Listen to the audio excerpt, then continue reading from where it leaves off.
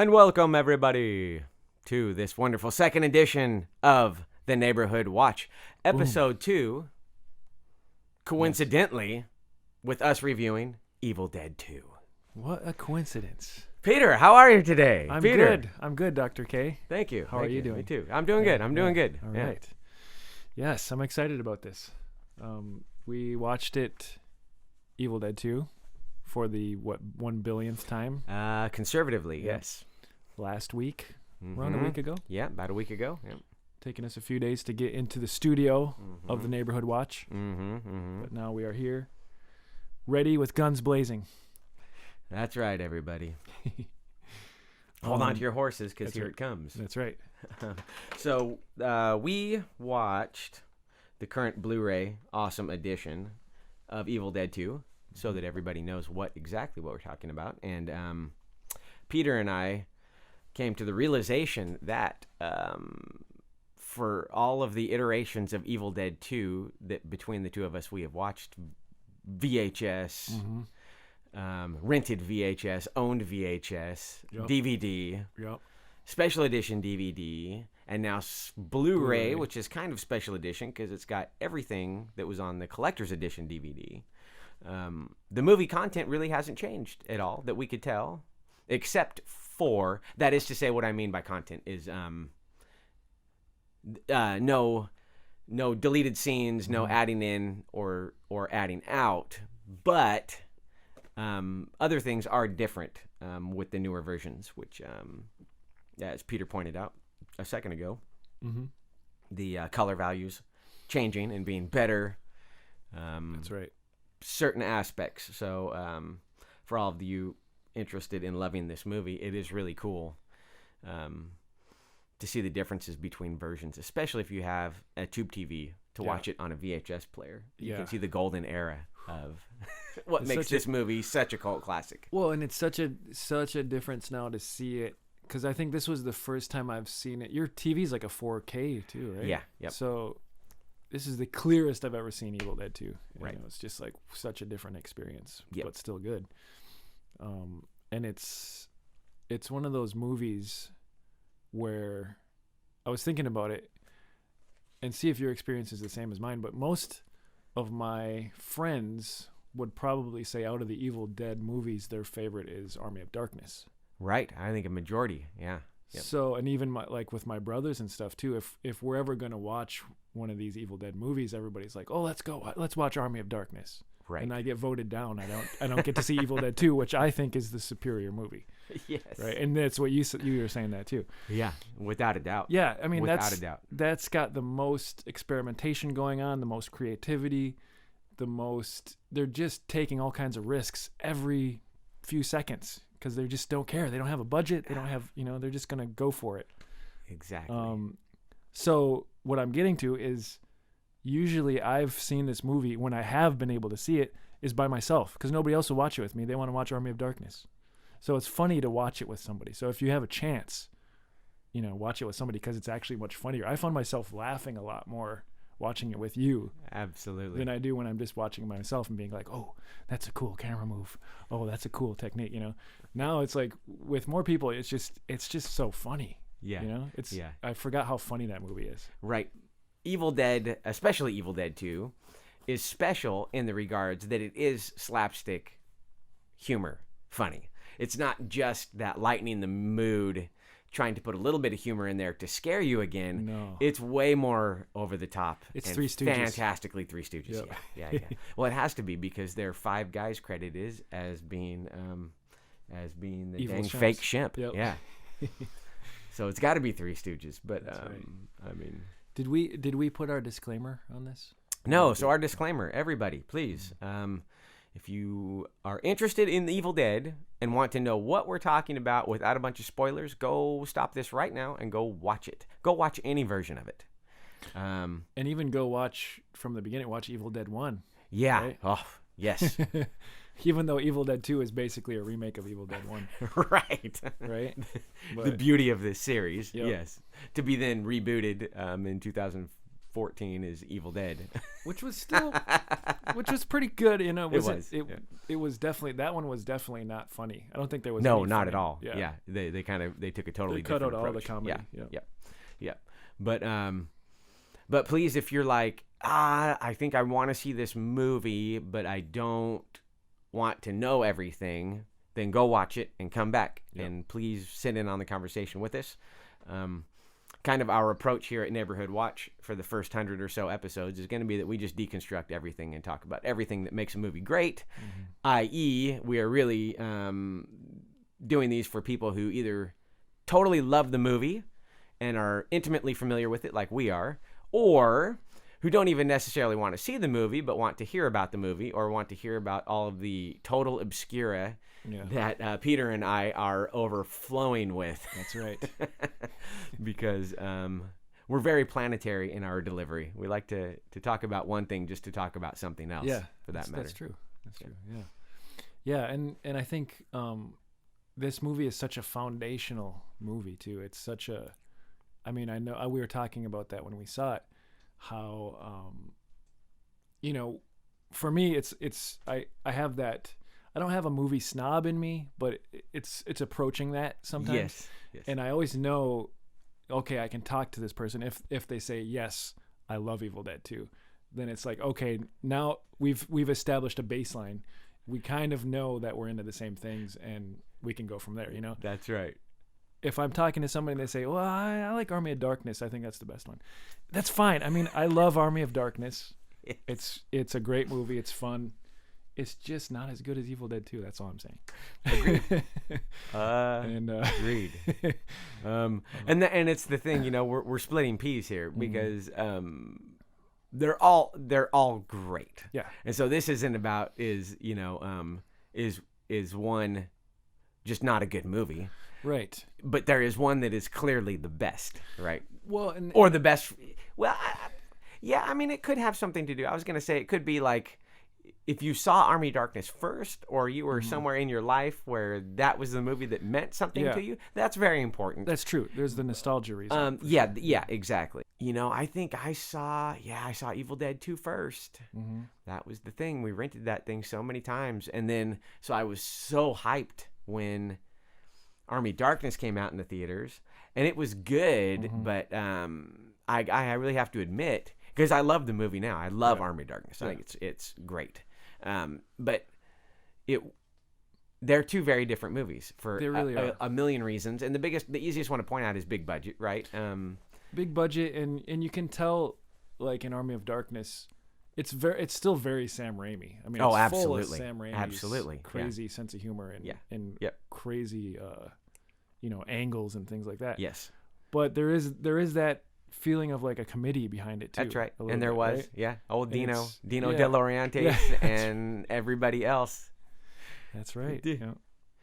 Can you do your impression? The demon. For those of you, people, go rent you some Army of Darkness if you don't own it and watch the making of, because Sam Raimi goes into, or actually it was Bruce Campbell goes into great detail on the changing tides that he and Sam had to deal with in signing on with it's Universal, I think, right? Mm-hmm. A major studio and having a major production company with Dino De Laurentiis calling the shots. And in dailies one day they go in and they're showing him the dailies of the opening scene with the Deadite flying in, right, and Ash blowing it to pieces. And to paraphrase, Dino basically wants to see more of the Deadite, right? And you have to understand that the script, from the very first version of the script to now they're in production and they're shooting the thing and they're making it, it is always said this creature is a Deadite. It's not ever referred to as anything else. But Dino, in his broken English, is kind of mumbling and saying, it's good, it's good, more demon, more, demon. And Sam's going, oh, the Deadite? Like the Deadites, right? No, demon, more demon. I love it. Yes. I'm not doing it justice. Listen to No. Bruce Campbell do it, people. No, it's you'll die of laughter. It's so good.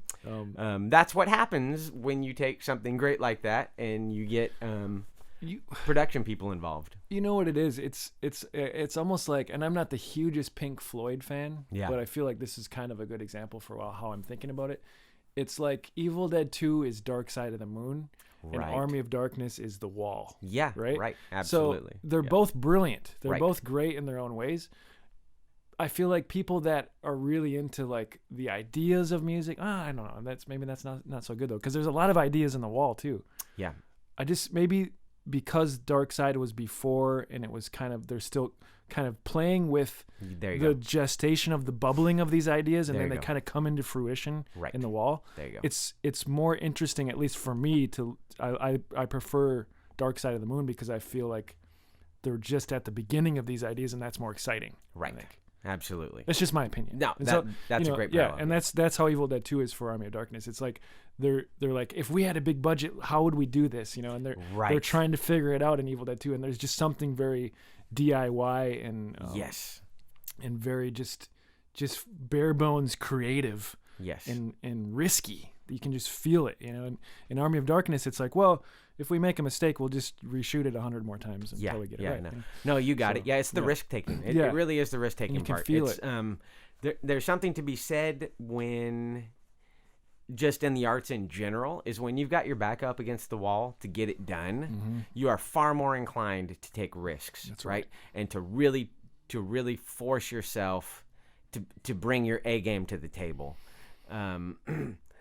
And that's just that just is the nature of it. That's right. That isn't to say that you don't have big budget films that aren't freaking great. There's a million examples that are just really good. But the thing is, they're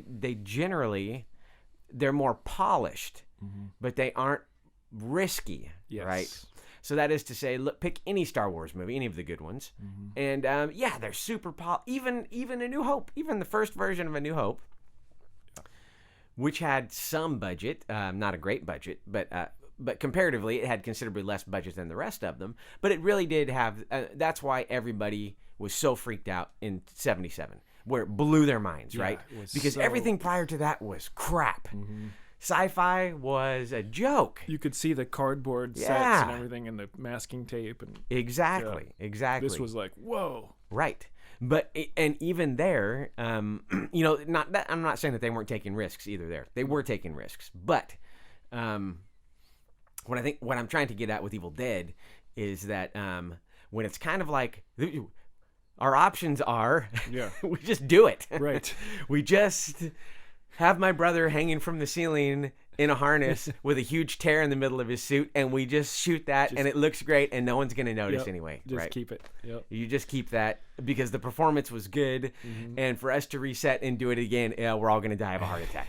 So, and it's something, I think they're in that kind of sweet spot too, where the technology was kind of coming into play there too. Yeah, absolutely. 86, 87, 88, 89, those years where there was so much technology starting to hit. That's right. As far as like makeup effects and all that stuff too. It was still practical, but they were getting really good results. Yeah. And that's the difference for me between Evil Dead 2 and Evil Dead 1. Yes. Is they're really rough in Evil Dead 1. Right. Oh, it's totally too rough. The stop motion, it's mostly all stop motion. Anytime that it isn't practical, it's stop motion. Yeah. It's or just really rough optical. Yeah. It's almost a student film. That's right. It might have actually been like right out of college. Yeah. Right? Especially when the one body is boiling over. It's like even some of that's just shot in real time. It's just real time. They've got a guy pumping wax down underneath the floor, and it's like it's pretty rough looking. Wonderful in its way. But you're absolutely right. Yeah. But so just Evil Dead 2 it's just this, the timing, the makeup effects, even the script. We were talking about that the other day at Home Depot. Yes. They always say this is how to sell a movie. This is if you've got a concept for a movie that you can encapsulate the whole thing in one sentence. Right. You're onto something, right? Yes. So Jaws is a perfect example because it's just giant shark terrorizes city. That's all you need to know, right? Yeah. Terminator. That's the movie. Yeah. Yeah. Right. Yep. And Evil Dead 2, Yes. Bruce Campbell gets the shit kicked out of him for an hour and a half in a shack in the middle of the woods. That's all you need. That's the whole story. There's not much else there, you know. It's beautiful because it's so simple. It lets all the creativity out, you know, opens the floodgates because now they can how are we going to get him to run into this tree? There's 400 different ways we can do it. Let's try them all, you know, like. Yes. And all the, you know, you brought up a good point too. There's a lot of reversed film. Oh, tons of reverse shot. Yeah. And they do it so much that it actually kind of becomes the atmosphere of the movie too. That's right. It becomes part of the cinematic style. Right. Yeah. Yeah. Not just a trick, because when it's a trick, you see it instantly. You're like, wait a minute. Okay, that's cheesy. That's a reverse shot. But yeah, they did it gratuitously, and then it became inherently stylistic in the film. Yeah. Yep. That's how the Deadites work. Yeah. So. Yes. Yep. Yeah. Oh, there's so many. Oh yeah. Just the there's so many examples, right? Mm-hmm. So the eyeball in the mouth one, that's a reverse shot. Yep. Perfectly done. Perfectly string. With a little wire underneath it, right? Yeah, the wire, yes. I love it. But the one where he is being possessed and they've got him hooked up to a rig in front of a truck going through the woods, but they're able to spin him 360 degrees in his harness. Yep. It looks unreal. And it's sped up super fast. And then they speed the film up, and then they cut a bunch out of it, right? So it's got that super herky-jerky. Yeah. It's really guerrilla, but it adds to that whole. It just buys into all of it. Yeah. Yep. Yeah. There's just it's great because it's like, you know, he goes up to the shack with his. If anybody doesn't know the story here, right? It just starts with him in his old car that Sam Raimi uses in every single movie. Him and his girlfriend, they're gonna just go for a lovely weekend out in the woods. Oh, I found this cabin out here. Let's just hang out here for the weekend. And within 3 minutes, yes. she's a rotting corpse dancing around with her entrails coming out. Yep. And he's got to stop her from killing him and possessing him because the Deadites, the Evil Dead are coming to possess him, and because of this, you know, this old man who originally had the cabin, who opened a gateway into the Deadites dimension. Right? That's right. From reading from the infamous Necronomicon. That's right. And that's how the movie starts too, right? I forgot about that the Necronomicon. And the book comes up and it spins around and you see all those blood sketch drawings and stuff. That's important information. Yeah. You know, that's great too, because sometimes that can be like super cheeky when you kind of you do some exposition in the beginning where you have somebody telling you the story and this is the setup, but it's so good. And I think the part that I love it so much in this movie is because it intuitively lets you know that we are rebooting Evil Dead. That's right. Right? Yep. And it's in that first minute and a half of exposition that, you know, you've got somebody doing the voiceover. Here's what's going on so that you are not confused. Yep. And now we push the go button. And then it's just full on from then on. Yeah. The whole movie is just full one awesome piece after another, you know. Yeah. And that's hard to do too. I think I remember hearing the interview with Billy Friedkin talking about The Exorcist and why they cut out the backward crab crawl scene out of The Exorcist, where Reagan is upside down backwards and her head's on backwards and she's crawling down the stairs. And he said everything about it was awesome. It was like, it looked awesome. It was super creepy. But the problem was, you can't, if you're really trying to mess with somebody's emotions, you can't slug them 3 times right in a row and then expect to slug them again and have the same effect, right? You start to beat your audience up. And he says the problem with that crab crawl scene was we had just like, oh man, we had totally rattled you. Everything's horrible. You know, all this is going bad. and then it's like, and now it's worse. That's like a tricky, slippery slope thing. Yeah. What the brilliance of Evil Dead is that it's totally shotgun, and it's shotgun in a way that works. And I think it works because there's so much humor in there. Yeah. Because he isn't trying to tear us apart with like, this is so bad. Everything in it is bad that's happening. None of it's good. Right. But it's funny. You know? It's funny. And you can't help but laugh at it. It's true. You can't be so watertight that you're like, oh, we shouldn't be able to laugh at that. Right. If that's the case, then you're watching the wrong movies. Well, and you're not a human being. Yes. Thank you. Yes. Yeah. But I defy anyone. Like, even you can say your mom or your grandma, they do not like horror movies at all. Bring them in for the scene where Bruce Campbell is fighting against his own hand. Yes. And I defy anyone not to laugh at that scene, because it's pure slapstick comedy. You know? And he's so good at it too. Yeah. I mean, other than, I think I heard this from some making of thing or some commentary, but they were saying, other than Jim Carrey, Bruce Campbell is the only other person in film. Agreed. That can fight himself so convincingly. That's right. I mean, he grabs his own back and flips himself over in the middle of the air. Like, it's just amazing. It is pure genius. Yeah. Yeah. And it's hilarious. I mean, it's just, his timing and his, it's just so fun to watch Bruce Campbell get beat up in this movie, because he just keeps taking it. He's like Wile E. Coyote. Oh my goodness. And it like, at least half of it is him fighting himself, right? His own possession. But then the other half of it is just him fighting the unseen Evil Dead. That's right. Another stroke of genius is that you never see them, right? You never see you never see big Evil Dead, right? I guess you can, if you say, well, it was actually old Rotten Applehead who we see at the end, the guy who breaks in the side of the house. Yeah. But I don't think it is. I never really thought. I thought that was just what it culminated into, is into being that big giant monster. Right. But when you're in the camera eye view, which is usually when you're seeing Evil Dead, right? When you're him, you're getting you get to see it as the camera sees it. It's like 3/4 of the movie there, right? It really is. Exactly. The camera coming at him, and and brutalizing him. Yep. That's the great thing, is the camera is brutalizing the actor. That's right. And you see his horror, but you don't see what this thing is, and that's part of the magic. Because you could do that too and make it super cheesy and not work. It could just totally fail. Oh, definitely. On that same premise, you'd be like, okay, this is lame. They're just not ever going to show it.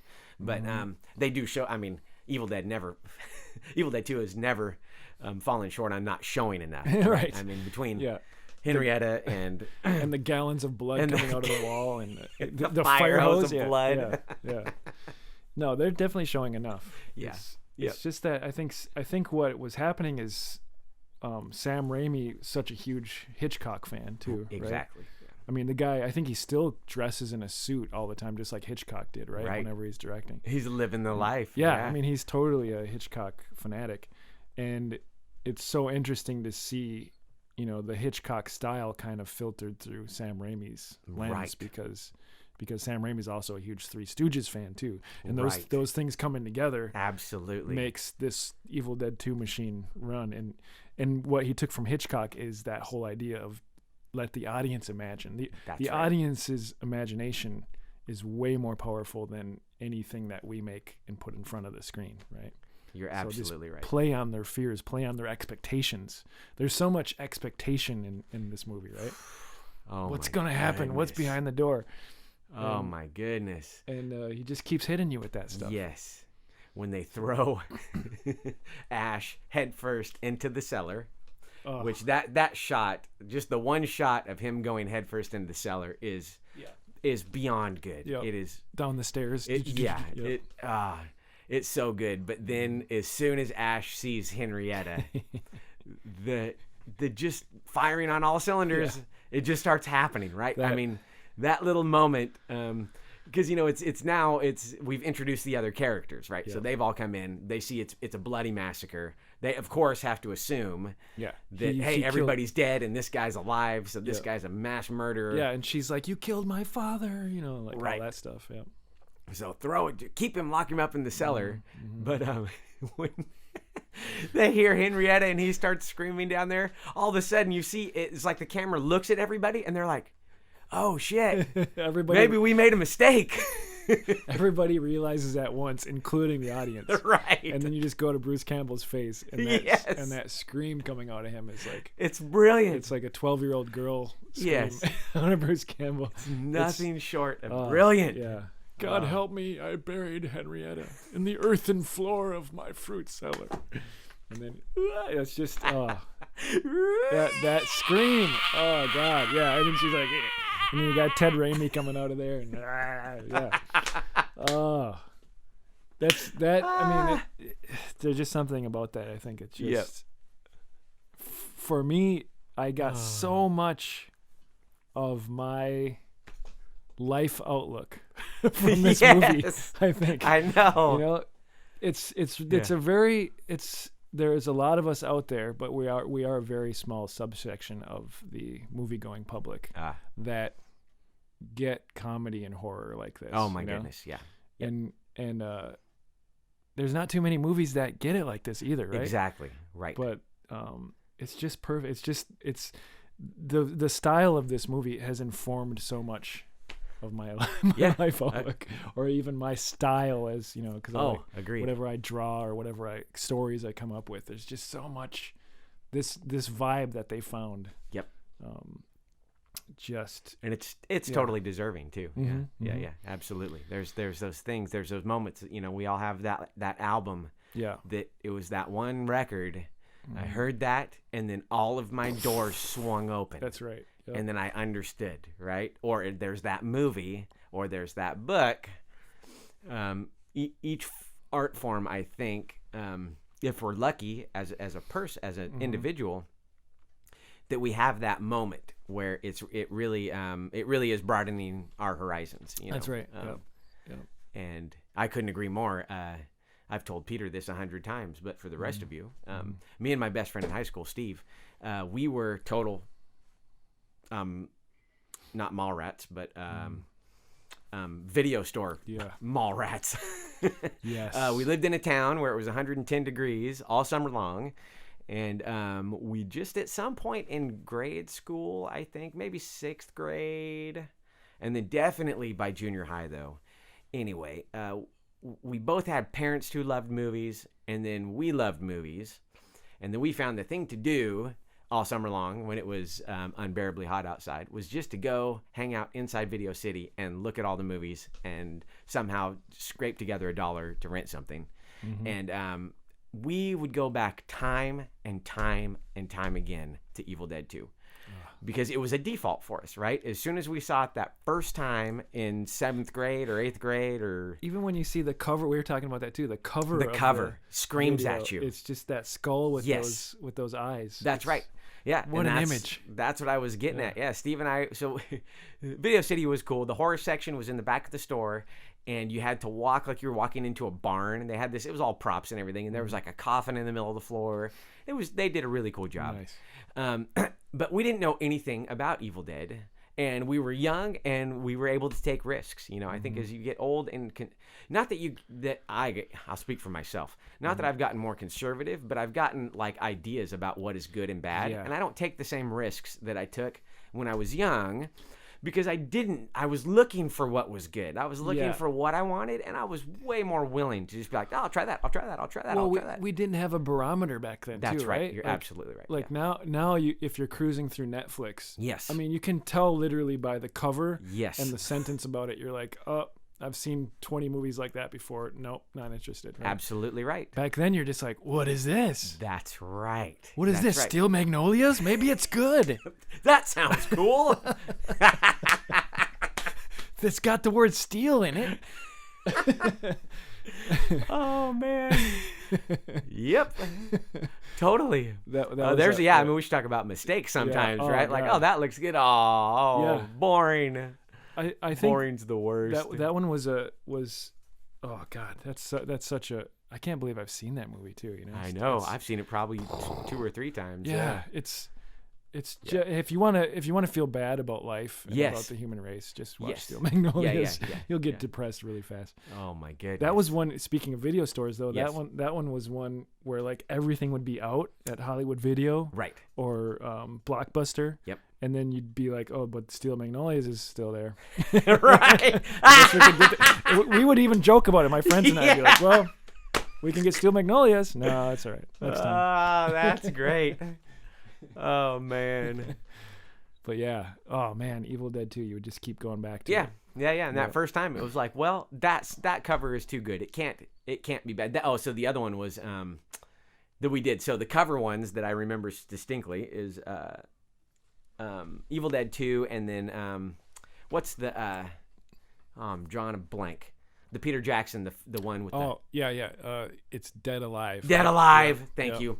That was the other one where it was like, okay, that has to be good. Look at that cover. Great cover. I guess there were more Howling. We rented the Howling because that cover of the woman leaning back and the freaking wolf mouth coming out of her mouth. It was like, oh, sheesh. Still to this day, the best werewolf on screen, probably. Besides American Werewolf in London, right? Yeah. It's a close battle there. Yep. Yeah, man. Because,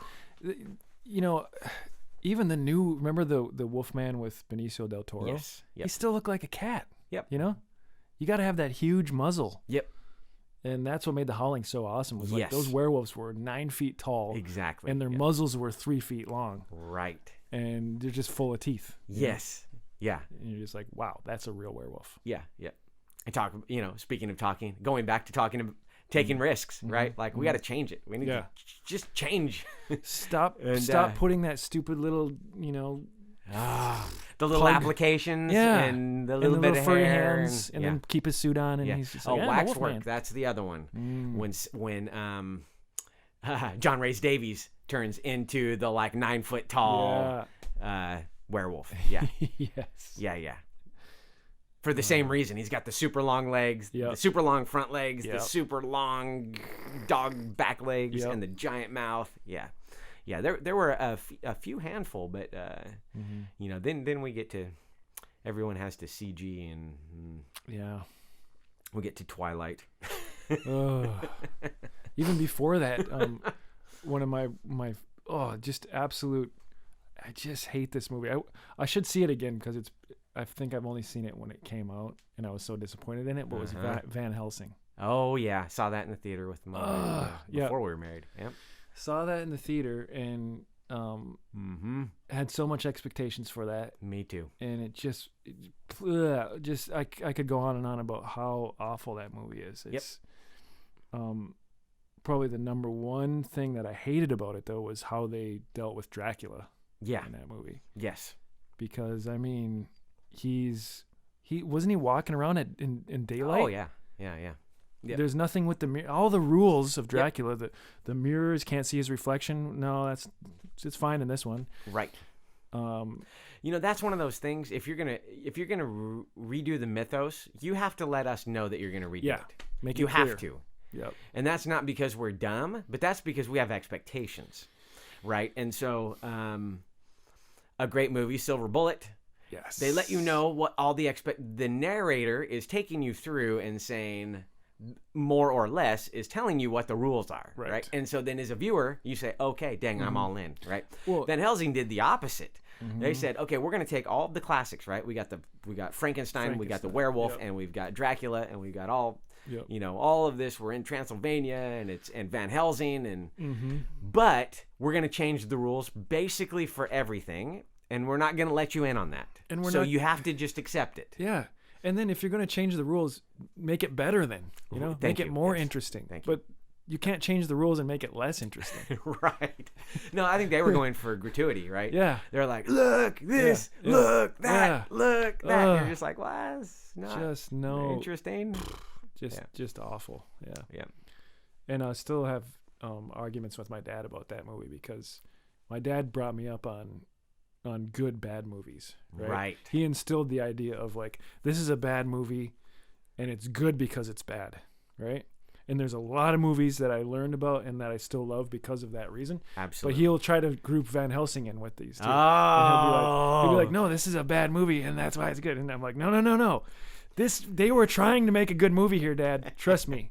And it's just bad. And sometimes that even is good too when they're trying to make it. Actually, that's a great, Plan 9 from Outer Space on your wall there, right? Yeah, exactly. He was trying to make a great movie, but it just failed, right? Yeah. Epically failed. Oh my goodness. Van Helsing though is just it's not even an epic fail. It's just a bad movie. Yeah. It's actually boring, right? Thank you. Yeah. There's our through line again, right? The worst transgression. On episode 150, you guys are going to be so sick of us saying that, and somebody's going to like cut out every time we say it and make a 4-hour-long montage of us going, it's boring. Right. But the most egregious thing you can do is bore your audience. Yeah. You have asked people to take time out of their life to watch this thing that you have done. Yes. And so it's very difficult as a storyteller to be successful. Mm-hmm. But the worst possible thing you can do is bore your audience. That's in any stinking thing, in anything, right? Particularly theater, or if you're going to a live show, it could be comedy or music, either one. If you're boring people, they'll be throwing trash at you, and they're going to be walking out the door. As a moviegoer, you're like, I just wasted a part of my life on this. Yeah, and I'm bored to freaking death. And that's the worst thing is sitting there knowing I could be watching something better than this right now. Thank you. Yeah, but I'm stuck here watching. We're spoiled in that respect. Yeah. But I think that is good, right? Because like you said, I can just push stop and go on Netflix and look at 400 other things I haven't seen, right? That's right. And the thing is that what I mean by spoiled is, we'd been having this conversation 25 years ago. Well, I already put my money down, and I'm not going to just go walk back to Blockbuster at 4 a.m. right. when I'm watching this horrible piece of dreck. Can I exchange this? Then the screw. You've already put the screws to yourself as it is, or the movie has. Yes. You just have to take your punishment. You have to take your punishment. Thank you. Oh yeah, perfect. Yes. But now with everything being on demand, and that's really the kicker is on demand, right? Yeah. Unfortunately, I see how other people approach on demand, and I think sometimes, hopefully what we're able to bring people is guidance, right? Like you need to sit through and give a movie a chance, because I don't think I'm going to pat myself on the back and say that I am not this way, but a lot of people are. Whereas if the first 20 minutes aren't doing it, they just don't watch anymore. Just right. Because it's on demand, and it's not. There wasn't any sacrifice put in, and they're like, I can just switch and go to something else. I think I tend to be more like I really take a long time to commit to it. Yeah. But then it's like with books, I'm terrible about this. I got to get all the way through the whole thing, even if it sucks, unless it's horrible, and then I'm just like, I can't.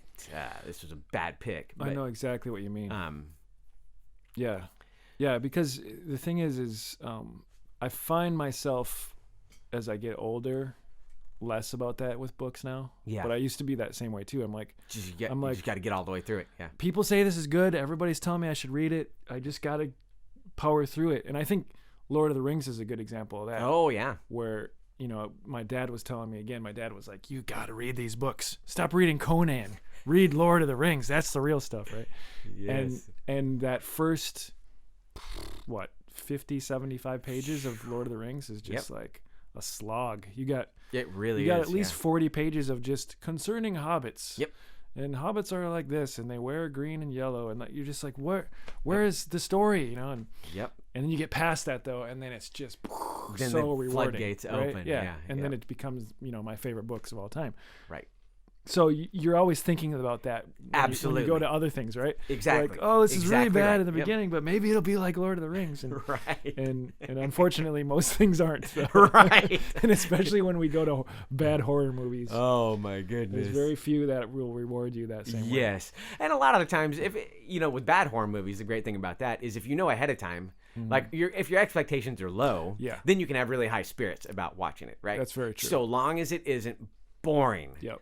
And that's the real kicker, is that we can be pick anyone. Some of my favorite bad ones are like Chud. I love Chud. Yep. Chud's a great one. Yep. And it fails on a million different levels, but it succeeds in that it doesn't ever bore you to death. That's right. right. You're not just like we're gonna watch this character go to a bunch of places. Well, that's lame. we're going to watch people talk about stuff that's for the sake of them talking about it and not moving any story whatsoever. Just have these people talk. Yeah. No. I know. Like, there's reasons. I heard a great Alan Alda, this brilliant, right? Alan Alda talking about, like, how do you tell the story? You don't necessarily have to have action. A lot of the time, action is inherent in the things that your actors are struggling with. And that's fantastic, right? But you have to have a fantastic script and great actors to make that happen. B-movie horrors usually don't have either of those two things. And so when they just try to sit around and talk for the sake of character building, you're like, duh, man, when are you going to die? Yeah. The absolute worst for me in this category is Uwe Ball movies. Oh, my goodness. Yeah. This guy has made he made a career out of making video game movies, basically, right? Right. Like, I think he did House on Haunted Hill. I think that might be him. Yep. Which is that's actually one of his better ones. Yep. But I remember watching, I think it was Blood Rain. You ever see Blood Rain? Oh. And I think it's... I don't think so. I've seen Devil's Rain. I think it's Mila Jovovich is in this one, and she's got like purple hair and like katana swords or something. Oh, crap. And you're like, this looks great. This is going to be fun, right? And it is so boring. I mean, he has, I that was one where I got a good deal into it, and then I realized, like, this whole movie is like this. There's nothing's happening. There's just heads talking to each other. Right. And they have these huge speeches about nothing, and you're just lost, and you're like, where is Mila Jovovich with the katana swords cutting things up? Right. There's none of that happening. They're just talking. And it's confusing, and ultimately, you're just bored to tears. And so, I'm sorry, Uwe Ball, but not my Up your game, homie. Yeah, not my favorite director right now. But let's get back to Evil Dead 2. Yes, back to Evil Dead 2. Let's talk about good movies. Let's stop complaining like the old men that we are. That's right. It was good when I was a kid. I'll tell you what, though, man, it's hard to top Evil Dead 2. It's hard to. It really is.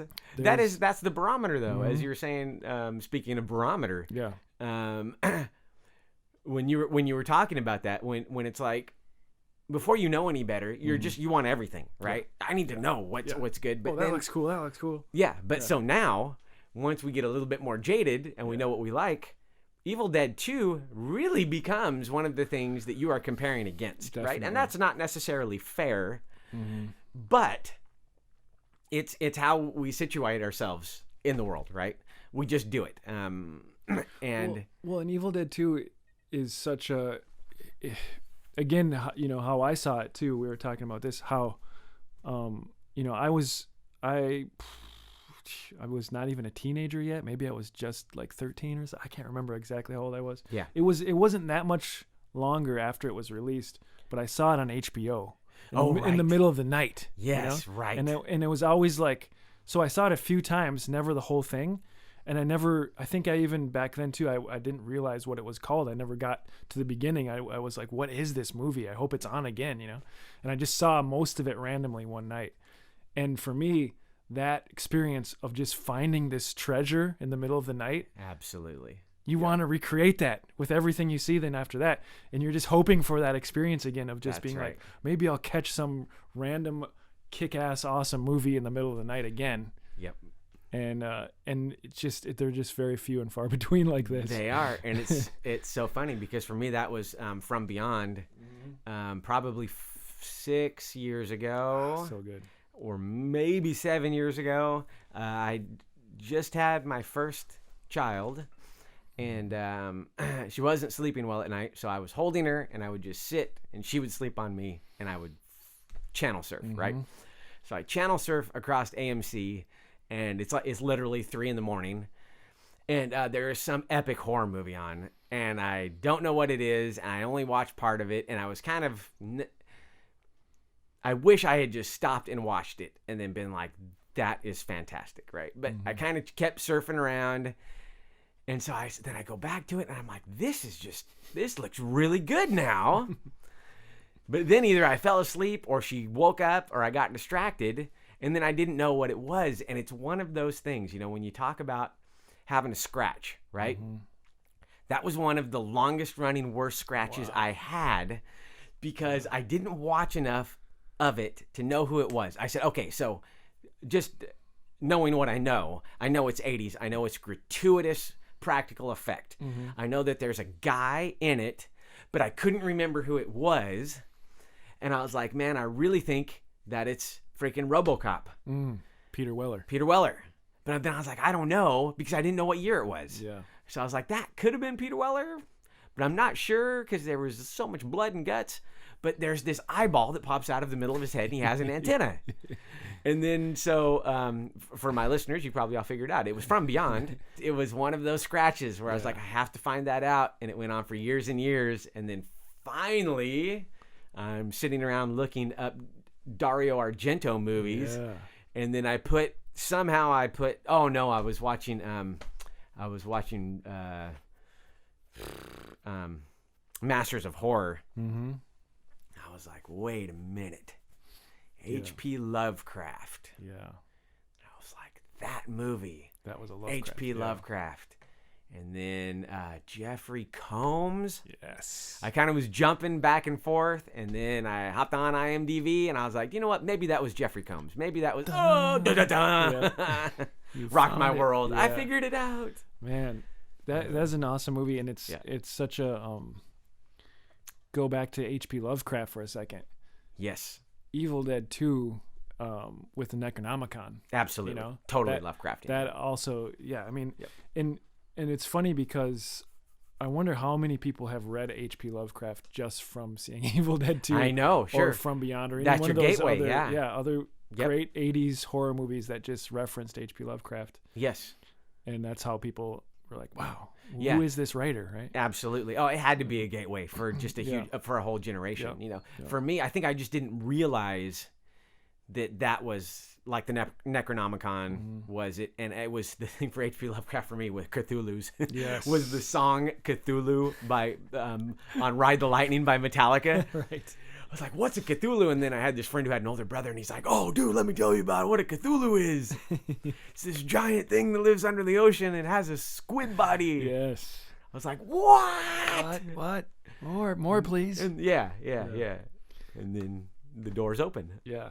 It's funny, too, like, I read a lot of Stephen King in high school. Yeah. Especially. I still do read a little bit. I don't really like Stephen King that much anymore, just because he's one of those guys who he said, I'm retiring now, not writing anymore, and then he ends up writing more than he ever did before. Yes. After he retired. Yeah. And that just kind of, it feels, I know I'm being stupid, but it feels like he was lying to us. Oh, yes. I don't like to be lied to. He broke your heart, Peter. I'm glad you're not retired. All right? But just don't announce you're retiring then, Or go back to Richard Bachman and just say like, hey, that's what I would have done, Yes. I'm Richard Bachman now. Stephen King has retired. Yeah. Who actually, I think Richard Bachman is a better writer than Stephen King. Just my 2 cents. I think he was just more honest. Yeah. No kidding. Yeah. Great. Yeah. Great. The fake name Stephen King used is more honest than Stephen King himself. But it's true. That's what I think. Yeah. But Stephen King now, like, so you read Stephen King and then you're like, I think he mentioned Lovecraft a few times, but I never got hip to the jive until much later. Yeah. I think I was probably even. Me too. Yeah. I was close to 30, I think, when I finally read Lovecraft. And then I realized what a huge, like, he and Robert E. Howard are just such a, the go-to influences for so much now. So much. And I mean, pretty much a huge, Stephen King's It is definitely a Lovecraft novel. Oh my goodness! Updated 50 years. That's right. Yep. That's all it is. That's absolutely right. The style, the themes, everything he's working with. It's the only thing that Lovecraft has on King, I think, was just the time that he wrote in. Yeah. Just kind of makes him spooky to begin with. It does. It really does. Yeah. And then B, he was such a weird dude too. Right.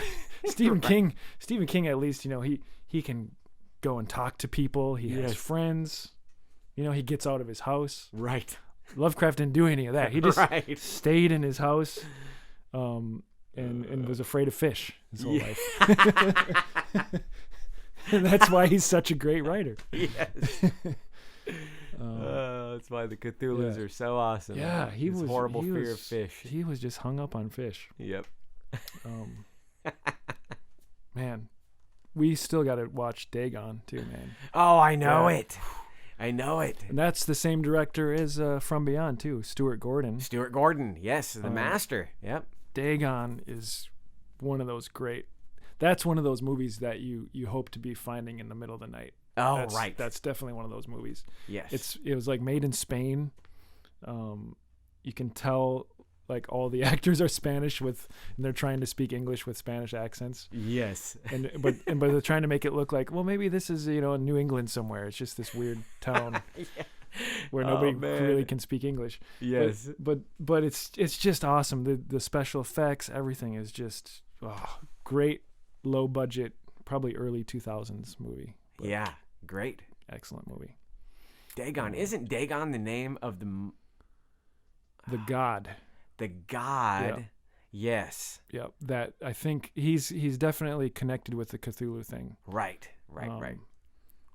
If I remember right, I think Dagon was one of H.P. Lovecraft's first short stories. Oh, okay. Good. And that's where he kind of established. That's what I'm thinking of. Yeah. That's where he established this whole cult worshiping this Dagon, this fish god kind of thing. and then I think their whole civilization, sunk like Atlantis or something like that. And then somehow, I can't remember, Cthulhu got involved somehow. Yes. Yep. Yeah. Good stuff. Good stuff. Oh, totally. But what else did we want to say about Evil Dead 2? Yeah, what else did we want to say about Evil Dead? I think we have about 10 minutes left. Okay. If I was watching. We won't bore you too much longer, people. Yeah. I feel like we haven't really talked that much about Evil Dead 2, have we? We have. I think we have. We've covered the important parts. Yeah, so we didn't do what we did with Dawn of the Dead. We didn't go really right through pow. Yeah. But I think we've really got you guys. I guess we should talk about really let's talk about the key points that just make it so freaking good. Yeah, right? Favorite parts, I think. So then I've got to pick Henrietta because Sam Raimi's little brother Ted, who played the character of evil Henrietta, Deadite Henrietta, his performance is absolutely for how good Bruce Campbell is in it. Ted Raimi's Henrietta is really the main other. Yeah.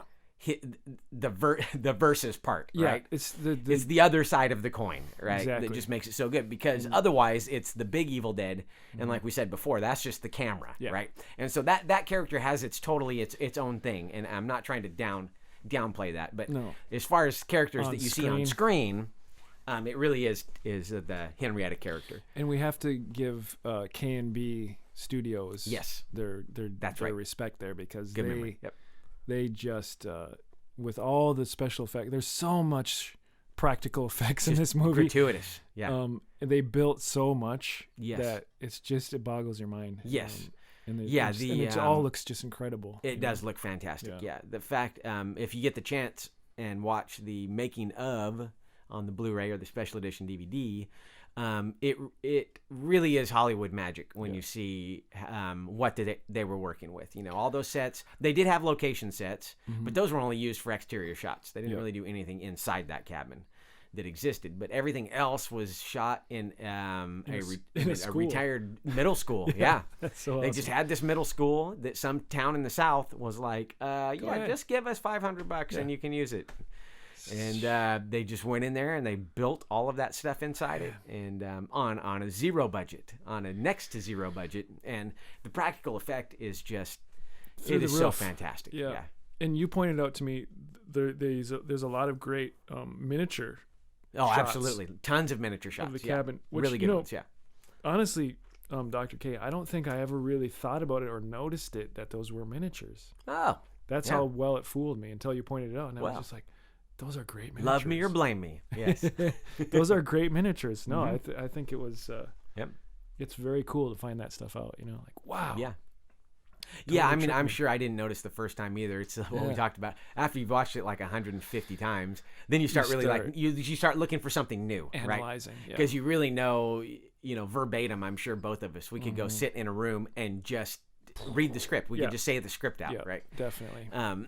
So you're paying less attention to the script and way more attention to like what's the minutia. Yeah, that's true. And then that's when I really started to pay attention to the use of miniatures, because I find it fascinating. Definitely, and they don't use enough of them anymore. Like that's a great you look at Lord of the Rings movies, was right?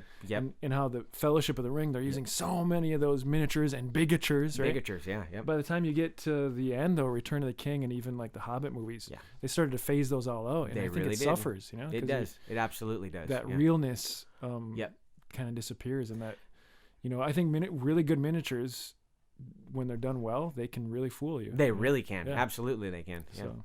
Yep. There are still parts in the original Lord of the Rings trilogy that you really gotta like ask yourself, is that a miniature? And then sometimes you're like, I can't tell. Yeah, that's just great. Maybe that is, and you try to decompose the shots and everything.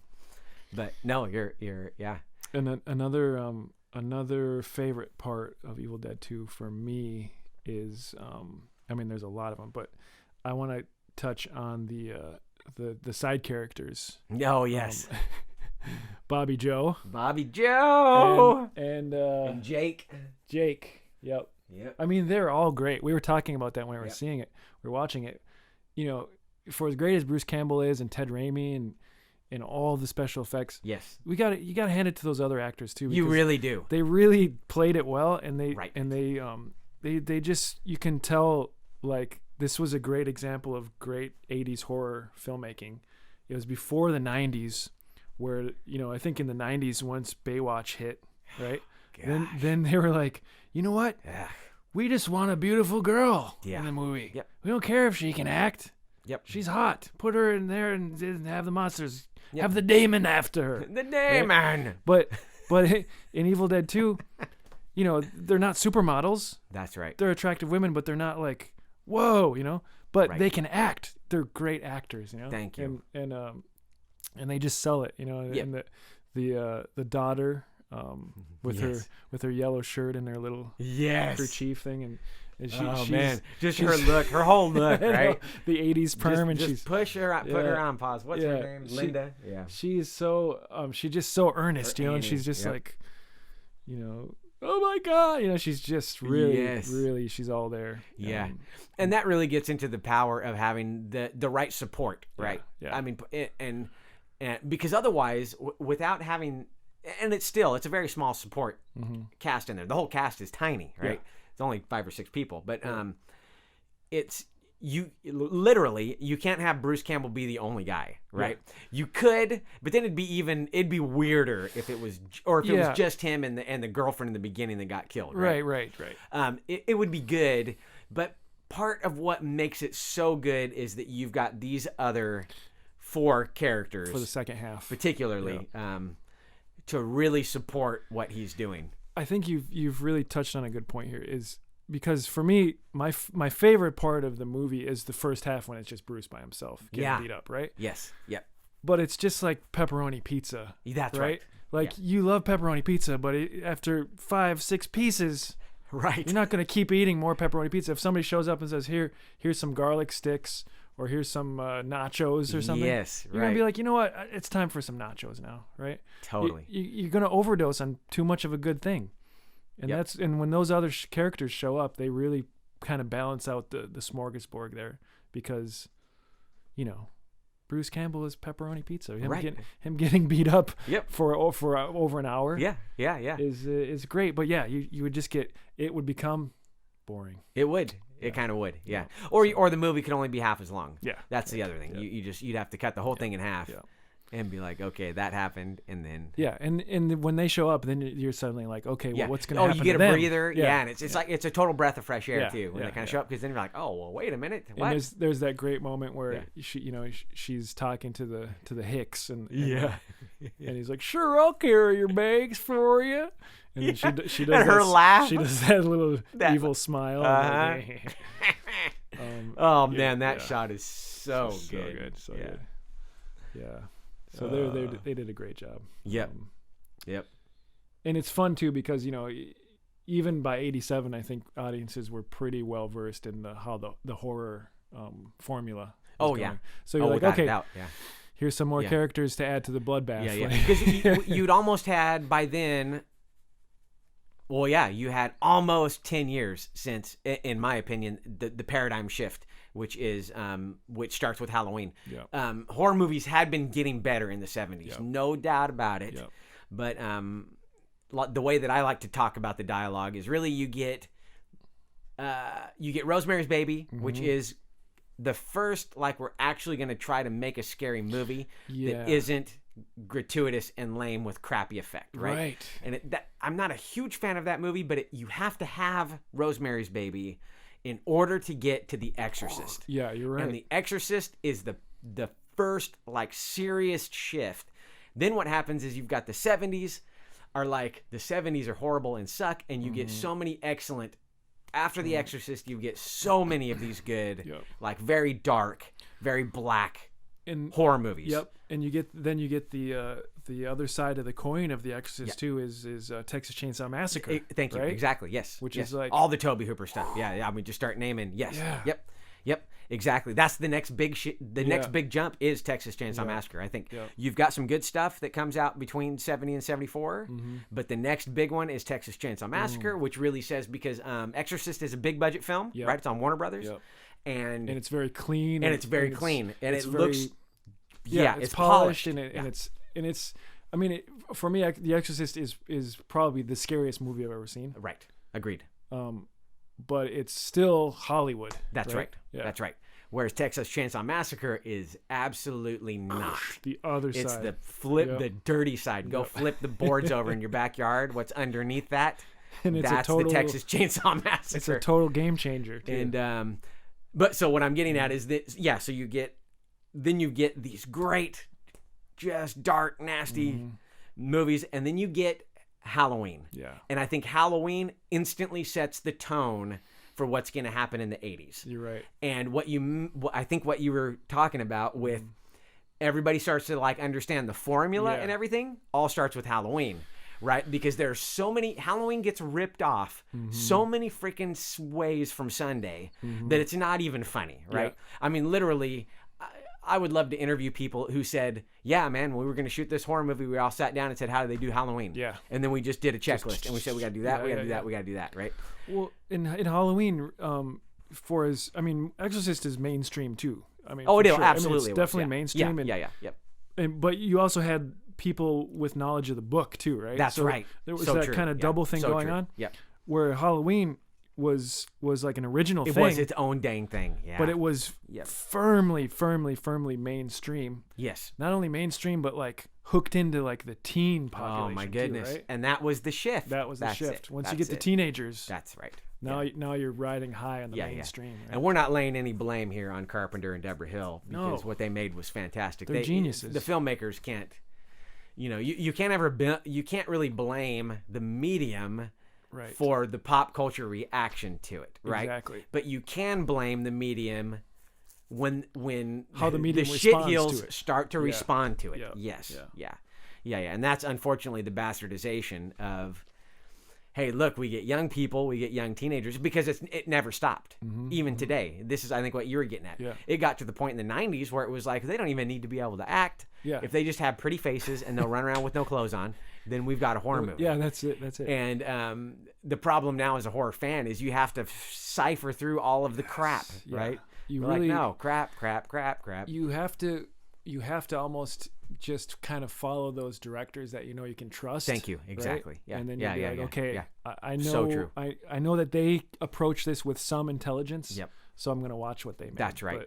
That's where I think the Showtime series Masters of Horror was absolutely brilliant. Yep. Was it says our show is going to showcase directors and they get to do whatever story they want. Yep. Just make a story. And that series just reaffirmed for me so much. It's like, oh yeah, the Tobe Hooper one is fantastic. Yep. That was the John Landis one. I was thinking the John Landis Deer Woman was one of the first ones I saw, and that was like, oh, okay, yeah, John Landis is still fantastic. I still got to see that one. The John Carpenter ones, it's like, yep, so good. The Argento ones, so good. And just name them all. Everybody, the who's who of horror got to do an episode. And what a like masterclass on horror, right? Yes, like it's just that's really what it was. Yeah. Here's your education, everybody. Like, just watch these guys. Yeah. Yep. There's a lot of really good new directors too. Yeah, definitely. But new blood. Yeah.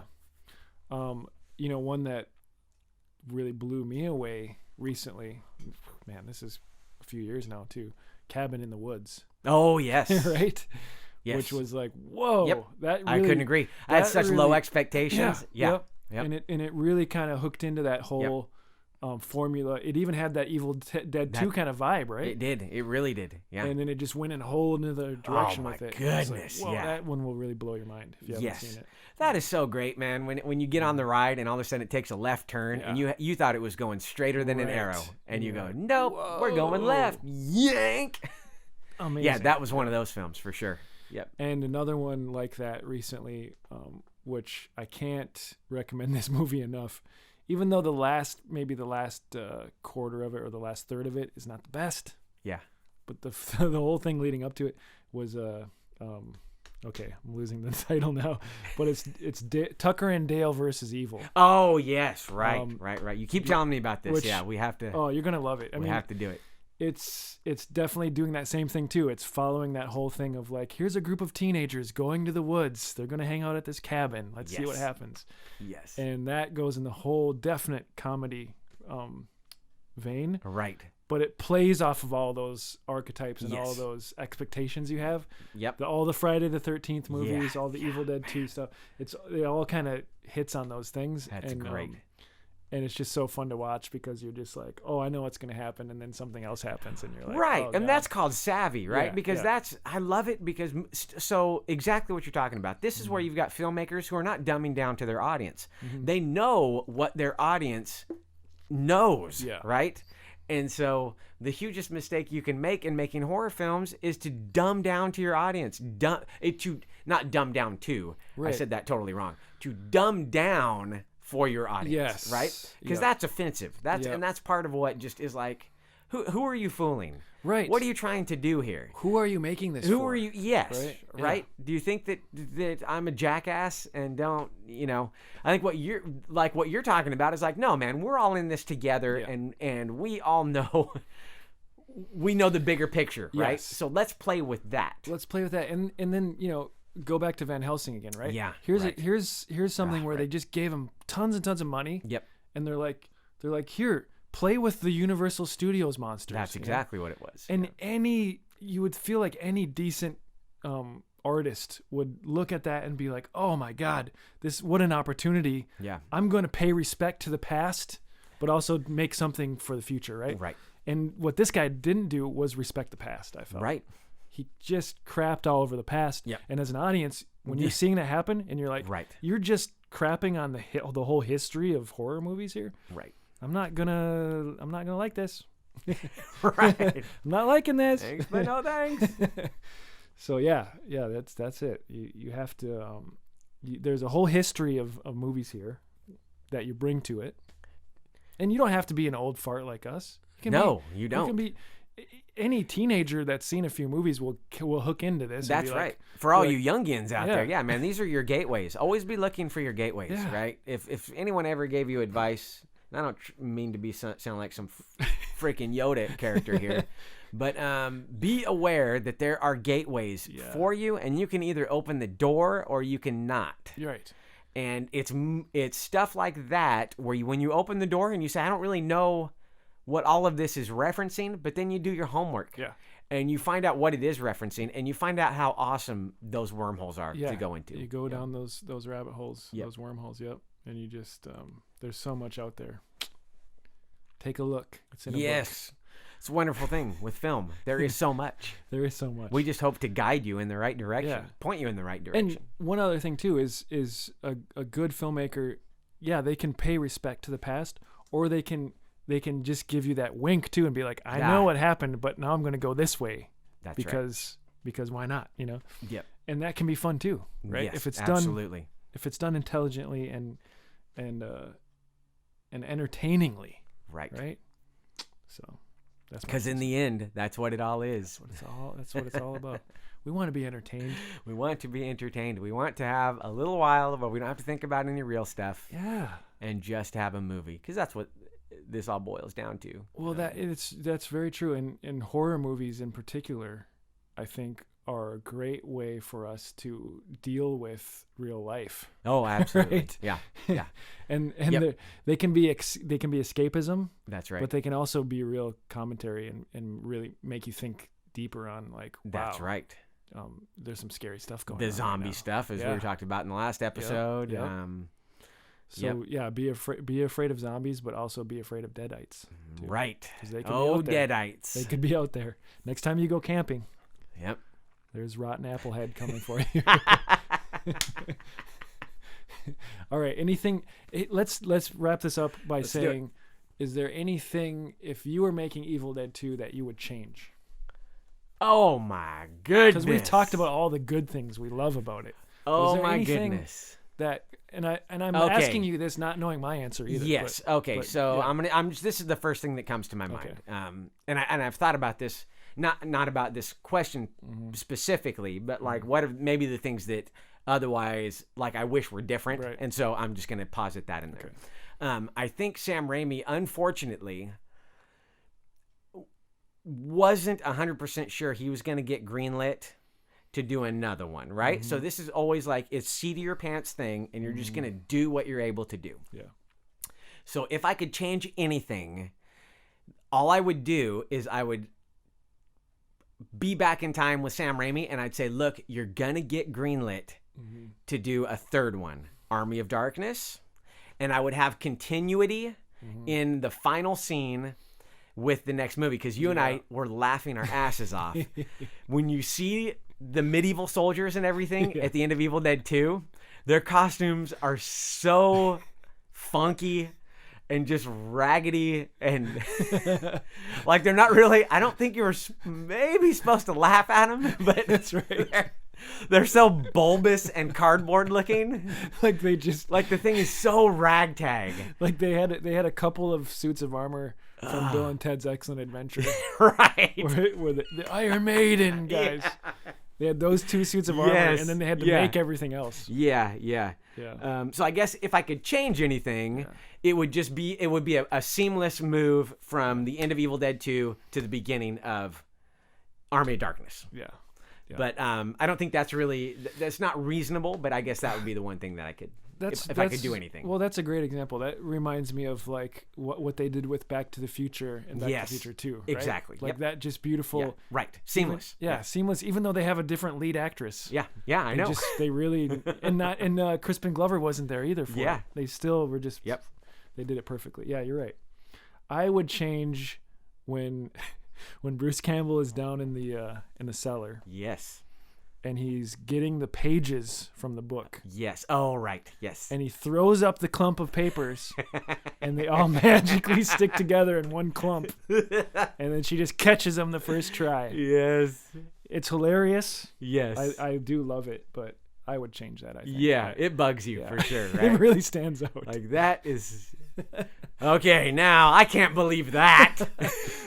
was that a reverse photography thing there, where they started off with? It probably was when she caught it. Yeah, when she catches it. Yeah, it's just. I bet it was a reverse shot. We need to get those papers in her hand somehow. Right. So right. They just so he just throws them 12 feet up into the air, and they all stay together. Yeah. In a perfect catch. Whoop. Okay, come up. But that's all we can say that's bad about this movie. And that's saying a lot. Yeah. Because even some movies I love, I'm like, oh yeah, I'd change this, I'd change that, I'd do this differently, and that's part of being a fanboy. But there's just so much. No, this movie is so easy to fall in love with. So much good. Yep. So many good things. Just pay attention to just the camera work in this alone. You can just watch it again and again for the camera work. Yes, if you're an aspiring cinematographer, people, watch this movie. There's so many things where you can see. Yeah, you can see like what's a different way we can film this thing happening that we've seen 100 times, and they're always doing. But that, it's every single shot they're trying to do that, and that gets into that whole like we're just gonna risk it. Yeah. When he puts his hand into the sink, and you're seeing it from inside the sink up at him. Yeah. I think that's one of the first times we've seen a shot like that. Yeah. Now we see it 100 times. But, I know you see it all the time now. Yeah. Yep. And that's just one little example. There's just a million of them. Yeah. My favorite is the one is he's just come down off of the first time that he wolfs out and turns into a deadite, and he's laying face down, and the boom operator is zoomed down in him, and then he booms up and pans back at the same time, and it gives you this just vertigo feeling of flying backwards in a totally ethereal kind of way, right? Because the camera's moving and it's zooming at the same time, and they just zip back and do this kind of Hitchcockian like whoop, just awesome. And you're like, oh dang, yeah, that's a cool little trick. It's just that one little thing, right? There's just so many things like that. Or Bruce Campbell as the deadite taking a header into the mucky puddle. It's sheer brilliance. For all you stunt actors out there, watch Bruce Campbell taking a header into a muddy sop hole, and you'll die of laughter and be like, "That's the real deal." That's the real deal. Look at his arms all down backwards and full makeup. And for aspiring actors, just watch every line read he gives in this movie because it's just there's so much emotion there. There's so much. Remember when he holds up the necklace? And then he has that like flashback moment where he like covers his face and so emotional. So ham salad to the max, and it's so good. It's so good. He's like, oh yes, I do remember my girlfriend now. Yes. From 5 minutes ago, before she turned into a zombie. She rotted into a zombie in like 90 seconds. Yeah. Yes. I put you into the ground, and then you jump out as a rotted 20-year-old looking rotted dead body. Yeah. Love it. Oh, so good. All right, everybody. Well, I think that should wrap it up. Anything else to say, Dr. K? Well, thanks for sitting around and laughing with us. If you are watching this on YouTube, please like it and tell all your friends about it and leave comments because if you don't talk to us, you just have to listen to us talk. That's right. And so it'll be more of the same. But please leave comments. Please like us. And the same if you're listening to us on SoundCloud, please like and tell your friends that we got this thing going, and give us advice on how to promote it too, because both of us have no idea. We don't have no idea what we're doing. We have no press kit. We have no I don't know, maybe we should hire somebody to promote for us. We should. If you think you know what we should do, tell us and we'll look at you sideways. That's right. Okay, thanks world, and we're out. Yes, thank you everybody. Adios.